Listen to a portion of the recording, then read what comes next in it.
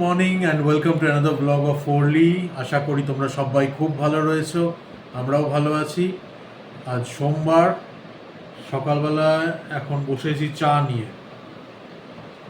কালকে সারা রাত তুমুল বৃষ্টি হয়েছে এখানে, তুমুল মানে রাত্রিবেলা কালকে যখন শুতে যাচ্ছি তখন ওকেও দেখালাম ডেকে, আকাশটা পুরো লাল, মানে কেউ যেন মনে হচ্ছে সিঁদুর ছড়িয়ে দিয়েছে সারা আকাশে, ওইরকম মনে হচ্ছিল। আর পুরো সেই কী বলবো, ওই ক্লাউড বার্স্ট কাইন্ড অফ জিনিস কালকে রাত্রিবেলা হয়েছে। আমি আজ সকালবেলা উঠেই নিউজে দেখলাম যে মানে ব্যাঙ্গালোরের হেভিয়েস্ট রেনফল হয়েছে কালকে রাত্রির বেলায়।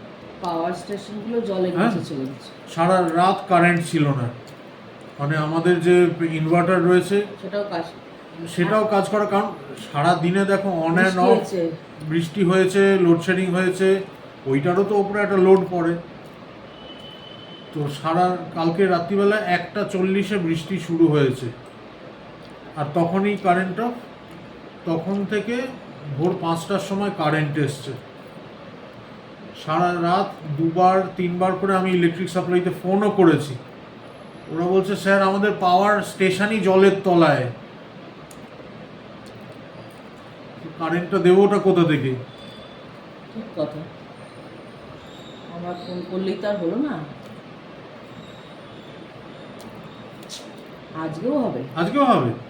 এখন বলছে 23 তারিখ অবধি বলেছে, এরম বৃষ্টি 23 তারিখ অবধি বলছে। কালকে নিউজে দেখছিলাম এখানেই ব্যাঙ্গালোরের বৃষ্টি, তো ও তো বলছে 1:30 থেকে, ওটা তো মানে তুমুল যেটা বৃষ্টি, সারা দিন কিন্তু বৃষ্টি ছিল, সন্ধ্যে থেকে রাত্রেও কিন্তু বেশ বৃষ্টি, মানে সন্ধ্যেবেলাতে ওরা ঘুমাচ্ছিল, খুব জোর বৃষ্টি হয়েছে। আমরা দুপুরবেলায় যখন খেতে বসি তখনই বলি না যে বাইরেটা অন্ধকার হয়ে যায়, অন্যদিকে হয়তো বৃষ্টি শুরু হয়ে যায়, আমরা জানি ঠিক 4টে এরকম বাজবে তখন থেকে বৃষ্টিটা স্টার্ট হচ্ছে। মানে এত জল, যারা স্কুটি নিয়ে যাচ্ছে সব পড়ে যাচ্ছে, বিচ্ছিরি অবস্থা। কালকে খবরে দেখছিলাম বাস যাচ্ছে, বাস তো ন্যাচারালি ওদের চাকাগুলো বড় বড় মোটা মোটা, জলটাকে তো বেশি মানে কি বলবো পুশ করছে, তো ওই যে ওয়েভগুলো আসছে তাতেই স্কুটি চালিয়ে যাচ্ছে, সব হুড়মুড়ে পড়ে যাচ্ছে। বলছি অর্ধেক ব্যাঙ্গালোর জলের তলায় গতকালকে রাত্রের বৃষ্টির পর। রয়েছে ব্যাঙ্গালোরে, ও বাবা, তো অন্য শহরেও আছে, কিন্তু ব্যাঙ্গালোরে প্রচুর পটহোলস, ঠিকও হয় না, ঠিক হলেও এই এখানে খুঁড়ছে ওখানে খুঁড়ছে ওরকমই রেখে দেয়। যে বর্ষাকাল আসছে ওগুলোকে ভরে দিই, অসুবিধা হচ্ছে অটো, তার থেকেও বেশি অসুবিধা হচ্ছে স্কুটি। কালকে রাত্রের বৃষ্টির পর ব্যাঙ্গালোর জলের তলায় এখন, অনেক জায়গাতে অলরেডি মানে বেসমেন্ট, গাড়ি ফাড়ি সব ডুবে গেছে। আমাদের যে মিউনিসিপ্যালিটি কমিশনার এখানকার, সে সকালবেলাতে একটা নিউজ হেডলাইনে পড়ছিলাম যে সার্টেন এরিয়া, আমাদের বাড়ির কাছেও যে এরিয়াগুলো, সেখানে তাকে রীতিমতো ট্র্যাক্টর নিয়ে বেরোতে হচ্ছে সার্ভে করবার জন্য যে জলের ডেপথ কতটা, মানে বাড়ির ভেতরে কতটা ঢুকেছে। ওটা নর্মাল গাড়ি তো নিয়ে এসে বেরোতে পারবে না, একেবারেই না। এই জন্য এরকম বৃষ্টি চলতে থাকলে নৌকো চলবে রাস্তায়। আগেরবারেও হয়েছিল, আগেরবার 2 বছর আগে ওটা তখন হচ্ছে শারজাপুরায়, মানে পুরো ওই 108 ফিট রোডটা ধরে হয়েছিল জিনিসটা। সবাই অফিস যাচ্ছে নৌকোয় করে। কন্টিনিউয়াসলি বৃষ্টি হলে জল স্ট্যাগনেন্ট হয়ে যাবে, আদারওয়াইজ আমাদের এইসব এরিয়াতে জল নেমে যায়। এই দিকটা বেশ খানিকটা উঁচু, ওই প্রবলেমটা এইখানে অন্তত নেই। ও বাবা, ওটা একটা মানে আলাদা হেডেক হচ্ছে বেবদের স্কুলের ওখানে, কোরবাংলা, শারজাপুর, বিটিএম, মারাথাল্লি, এইসব হচ্ছে জলের তলায় সাংঘাতিক। বেবদের স্কুলের ওখানে তো একটু বৃষ্টি হলে মানে এমন ভাবে জলের ফোর্সটা আসে, মনে হয় বৃষ্টি হয়, নদী বইছে। রাত্রির মতন বৃষ্টি হওয়ার পর তার দেখতেই হবে না। আর ওদের কলেজের মানে স্কুলের বেসমেন্টটা একদম জলের তলায়। এই বৃষ্টিতে কিছু করার নেই, আমাদেরকে আলাদা করে ভাবতে হবে না যে মনে হচ্ছে জল রোড অনেক উঁচু, হুম। আর পাশের লেনগুলো অনেক নিচু, এই জন্যেই কি হয় জলগুলো ওইখানে ঢোকে। কোন বুদ্ধিতে করেছে আমার ঠিক জানা নেই, মেইন রোডে যেন জল না জমে তার জন্য করেছে কি। আর নৌকো মানে সত্যিকারের নৌকোই চলে, রাবার বোট যেগুলো হয়। সেটা কিন্তু মালয়েশওয়ারের রাস্তাগুলো দেখেছিলে সব কিন্তু মেইন রোডটা এরকম উঁচু আর এগুলো এরকম স্ল্যান্টিং সমস্ত। ব্যাঙ্গালোর শহরটা তো এরম না, মানে এখন আমরা এরম দেখছি, তো পাহাড় কেটে কেটে শহর বানানো হয়েছে, ওই জন্যই ওইরকম উঁচু নিচু। স্ল্যান্টিং। হ্যাঁ। প্রকৃতির ওপর আমরা এত অত্যাচার করছি, মানে করে আসছি, কোনো কিছু ঠিক নেই, কখন বৃষ্টি, কখন রোদ, কখন ঠান্ডা। কারণ আমাদের কোনো শিক্ষাও নেই, আমরা করেই যাচ্ছি। এই কিছু সপ্তাহ আগে মনে হয় বম্বেতে নাকি খুব ঠান্ডা পড়লো। বম্বেতে ঠান্ডা হবে বুঝে ভাবাই যায় না, তাও আবার এই সময়। প্রকৃতি এখন উল্টো নিয়মে চলছে। তাও আমরা করেই যাচ্ছি। তাই তো বলছি, তাও আমাদের শিক্ষা নেই, আমরা তাও প্রকৃতির ওপরে অত্যাচার করেই যাচ্ছি। সব গাছ কেটে দিয়ে বিল্ডিং বানানো, হোটেল বানানো, শপিং মল বানানো, মডার্নাইজ। কালকে যে লাউ শাক এনেছিলাম সেটা কাটছি, কত ছোট ছোট লাউ বেরোতো এখানে। এই যে আরও আছে, অনেক আছে। মানে ফরমেশনও শুরু হয়ে গেছিল। হ্যাঁ, এইখানে ভেতরে আছে, দেখবে এই যে দেখা যাচ্ছে, এই যে এরকম প্রচুর হতো গো, কেটে ফেলেছে। এইখানেও আমি তো বলছি, এই যে এগুলো সব লাউ হতো, এখানে রয়েছে, এইখানে রয়েছে। শাকটা আগে কেটে ফেলছি সকাল সকাল, আমার কটা খাতা দেখার আছে সেগুলো দেখবো, তারপরে রান্না বসিয়ে দেবো। বাইরে পুরো মানে কি বলবো, মনে হচ্ছে যেন বিকেল হয়ে গেছে। শুধু কি বাবার জন্যই আনলে হবে? এই যে তোমরা দেখেছিলে নিশ্চয়ই যে মাদার্স ডে তাই মামাকে কোনো সেরকম গিফট দিতে পারিনি, তো কারণ ছিল এটা, অনলাইন অর্ডার করেছিলাম, আসতে টাইম লাগবে। এই দুটো মামার জন্য এনেছি, তো মামাকে এখন ডাকি, দেখি মামা খুলে দেখো কিরকম লাগে। দাঁড়াও মামা, এসে এবার দেখে যাও। আমার ঘরে বোধহয় খাতা চেক করছে। না সাবাস, খুলে দেখো। আর আমি পিগি ব্যাংকে টাকা দেবো না, তুমি নাও, এরকম ভাবে খরচা করে ফেলছো। এটা তোমার মাদার্স ডে গিফট। দুটো? হ্যাঁ, খুলে দেখো। ছেলে আমার বড় হয়ে গেছে।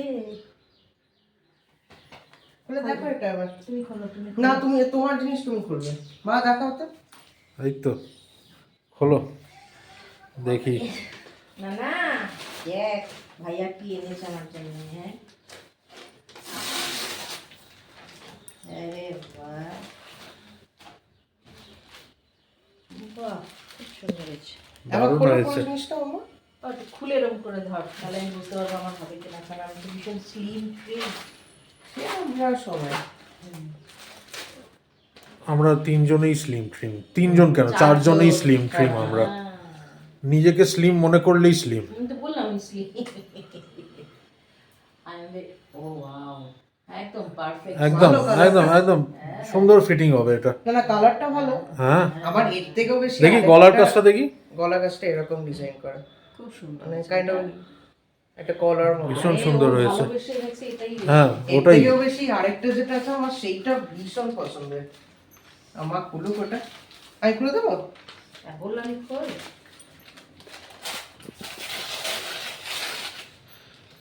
মামা তোমার জন্য কিছু আনেনি? এ মা, তুমি কি জামা কাপড় পরো? হ্যাঁ, দেখে বললাম যে এই যে এটা ওয়াও, এটা দারুণ হয়েছে, দুটোই ভীষণ সুন্দর হয়েছে। ভীষণই ডিসেন্ট, আমি এরকমই হ্যাঁ, ভালোবাসি। হ্যাঁ, হ্যাঁ, আমি হ্যাঁ এরকম ডিসেন্ট সোবার জিনিসই ভালো লাগে। আমার ভালো লাগে পড়তে, আর ভীষণ সুতির, একদম সফট। ব্রাউনিশ মারুন এটা। ভীষণ সুন্দর হয়েছে। লেগেছে আমার। ভীষণ সুন্দর হয়েছে ওটা, ভীষণ সুন্দর। আর কি একটা তুমি দিচ্ছো, একটা ভাইয়া দিয়েছে আবার। ওকে ওকে মামা, ওকে ওকে। খুব সুন্দর হয়েছে। ভীষণ সুন্দর হয়েছে, ভীষণ ভীষণ। এখন করবো না, কদিন পরে করবো। আচ্ছা, তোমার ইচ্ছা। আমারটা তো পাঞ্জাবিটা দেখি কবে পড়ি। ওই এখন তো পুজো টুজো শুরু হবে আস্তে আস্তে সব। বেবকে ওর বাটা আমি একটা কুর্তা এনে দেবো, হ্যাঁ। ওকে যেরকম দিয়েছি। তাহলে দুজনেই পরবে, ভালো লাগবে। ওরটা একটু অন্য কালার আছে। হ্যাঁ হ্যাঁ, বেবর একটা সাদা জুতোও কিনবো জানো। মানে কি স্কুলের জুতো? হ্যাঁ, ছোট হয়ে গেছে পুরো। ওটা ছোট হয়ে গেছে। হ্যাঁ ওইটা হ্যাঁ আঙুলে লাগে ওটা, হ্যাঁ ঠিক ঠিক। কালোটা ঠিক আছে, সাদা একটা এনে দেবো। সাদাটা একটা কিনতে হবে, স্কুল খোলার আগেই হ্যাঁ। নিয়ে আসবো। সৌরভকে এই দই মুড়ি আর আম মেখে দিলাম। ম্যাঙ্গো শেক বানিয়েছি, ইয়েস। আর বেবো খাবে এখন, সৌরভেরটা রেখে দেবো, সৌরভ একটু বেলার দিকে খেয়ে নেবে এখন। দেখেই লোভ লাগছে। এতে আর খোয়া টোয়া কিছু দেবো না, এরকমই দেবো সিম্পল। হ্যাঁ, হ্যাঁ। দই দিয়ে করেছি, দই আর আম। ওটাই ভালো লাগবে। সর্ষের তেল গরম করে কালো জিরে ফোড়ন দিয়ে আর আলু দিয়ে দিলাম। এর মধ্যেই কাঁচা লঙ্কাও চিড়ে চিড়ে দিয়ে দেবো।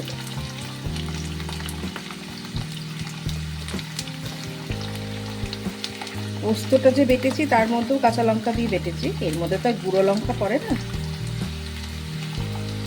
লাউ শাকটা করছি, কাঁচা লঙ্কা দিয়ে দিলাম। আমি লাউ শাকটা না একটু ভাপিয়ে রেখেছি, কারণ প্রচণ্ড ছোটো ছোটো পোকা ছিল, সেই জন্য একটু নুন দিয়ে গরম জল দিয়ে ভাপিয়ে রেখেছি। খুবই তাড়াতাড়িও হয়ে যাবে, ভালোও লাগবে খেতে। শাকটা দিয়ে দিলাম, এবার একটুখানি হলুদ দেবো।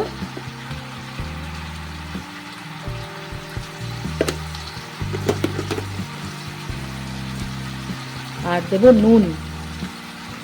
নুনটা আগে কমই দেবো, পরে লাগলে আবার দেবো, কারণ একটু নুন দিয়ে তো শাকটাকে সেদ্ধ করেছি, মানে ওই ভাপিয়েছি, সেই জন্য।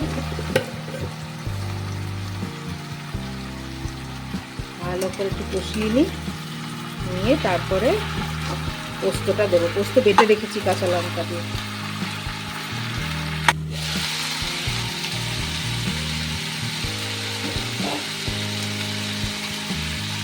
এবারে পোস্তটা দিয়ে দেবো।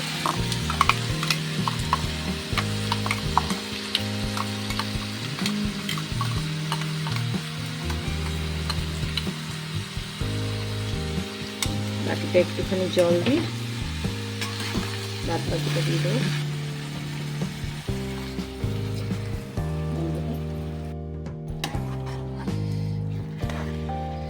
ভালো করে মিশিয়ে নিয়ে একটু ঢাকা দিয়ে রাখবো।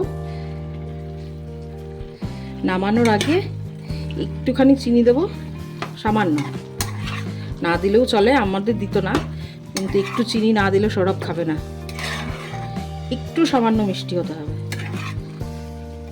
আমরা ভীষণই ঝাল ঝাল খাই এটা। এই ডাঁটাগুলো চিবোতেই ভীষণ ভালো লাগে। ঠিক আছে, একটুখানি ঢাকা দিয়ে দিই,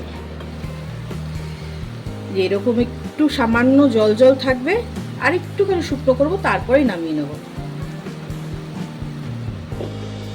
এরপরে এখানে পটল কেটেছি, এই যে তেল পটল করব, আর আমের টক আছে, ব্যাস ভাত হয়ে গেছে। উচ্ছে আলু ভাজা যেরকমটা দেখিয়েছি, উচ্ছে আলু ভাজা কি দেখিয়েছি? দেখাইনি, বানানোটা দেখো। বলিও নিয়ে হয়তো ভুলে গেছে। উচ্ছে আলু ভাজা আর ওই লাউ শাক পোস্ত দিয়ে আর তেল পটল।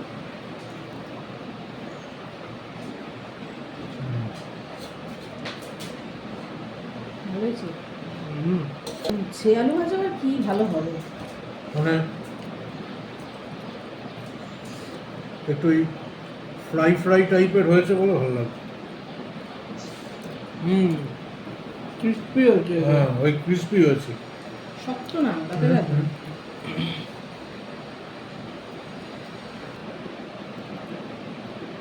ব্যাঙ্গালোরে বসে লাউ শাক খাবো, এটা ভাবতেই কিরম লাগছে।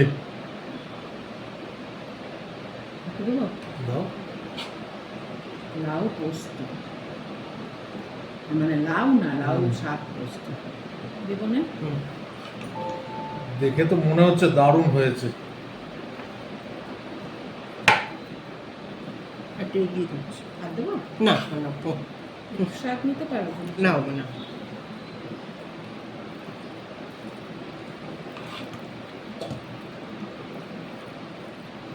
আজকালকার দিনের বাচ্চারা শাক পাতা খেতে চায় না গো। হ্যাঁ খেতে চাই তো। হ্যাঁ গো। ব্যাঙ্গালোরে এই প্রথম খাচ্ছি আমরা, আগে খাইনি। খাইনি মানে পেলে তো খাবো। কলকাতা খেয়েছি।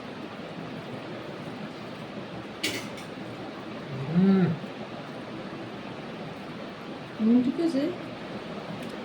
ফাটাফাটি খেতে হয়েছে। হুম হুম